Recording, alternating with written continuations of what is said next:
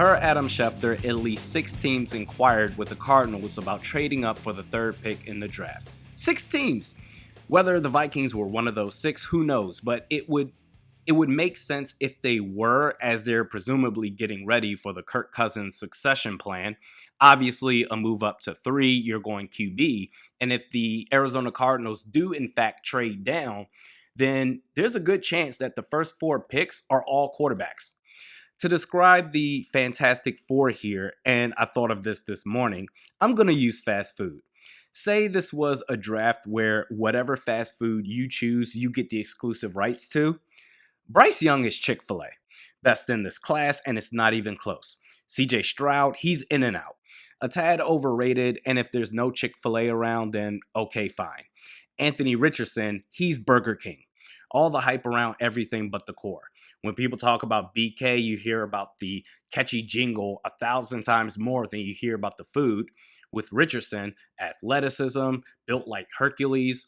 But hey, what about the accuracy and throwing the football? Who cares? We'll talk about that later.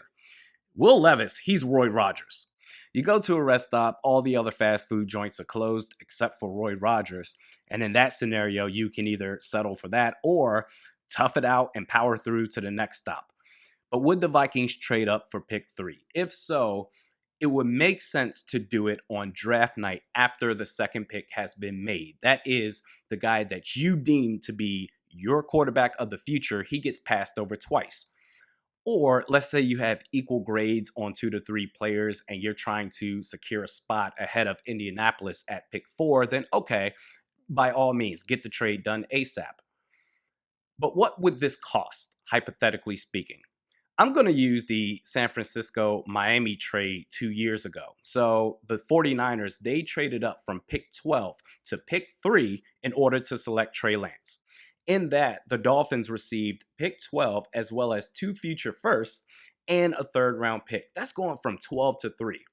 For Minnesota, you're essentially doubling that gap size. If you want to go from 23 to the 3rd overall pick, I think it's going to cost you 23 this year, as well as 3 future 1st round picks, or 23, 2 future firsts, and 2 seconds, and maybe a 4th round pick, or 23 this year, 2 future firsts, and Danielle Hunter.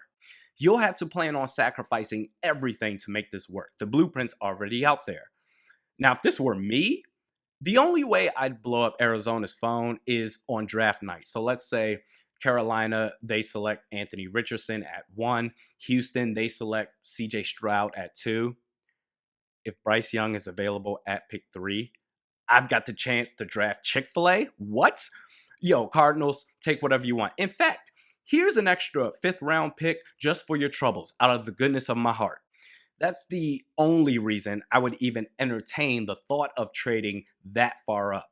But I just don't see it happening. There are just too many problems still on this roster that need to be corrected for the now and the later.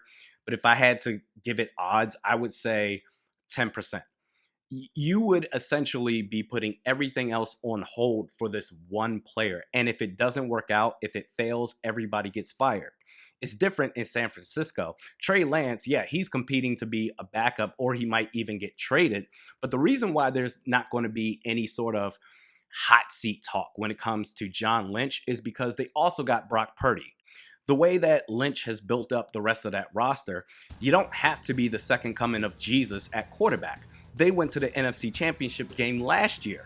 But for the rest of the league, a trade like that, there is no room for error. That player, he has to hit.